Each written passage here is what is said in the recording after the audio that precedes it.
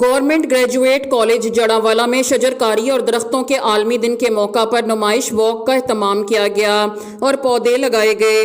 تقریب کے مہمان خصوصی پرنسپل کالج جناب پروفیسر ڈاکٹر اصغر علی بلوچ صاحب تھے، جنہوں نے اسٹاف اور طلباء سے خطاب کرتے ہوئے درختوں کی اہمیت و افادیت بیان کی کہ کس طرح نباتات زمین پر موجود ایکوپمنٹس کے لیے ضروری ہیں۔ اس سلسلے میں نمائش اور واک کا اہتمام بھی کیا گیا، جس میں اسٹاف اور طلباء و طالبات نے شرکت کی۔ بی ایس کیمسٹری کے طلباء و طالبات نے خصوصی ماڈلز بنائے۔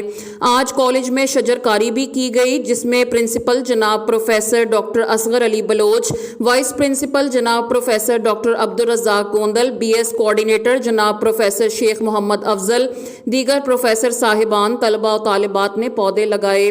تقریب کے اختتام پر پرنسپل کالج ہزا جناب پروفیسر ڈاکٹر اصغر علی بلوچ نے نمایاں پوزیشن حاصل کرنے والے طلباء و طالبات میں انعامات اور تعریفی اسناد تقسیم کی۔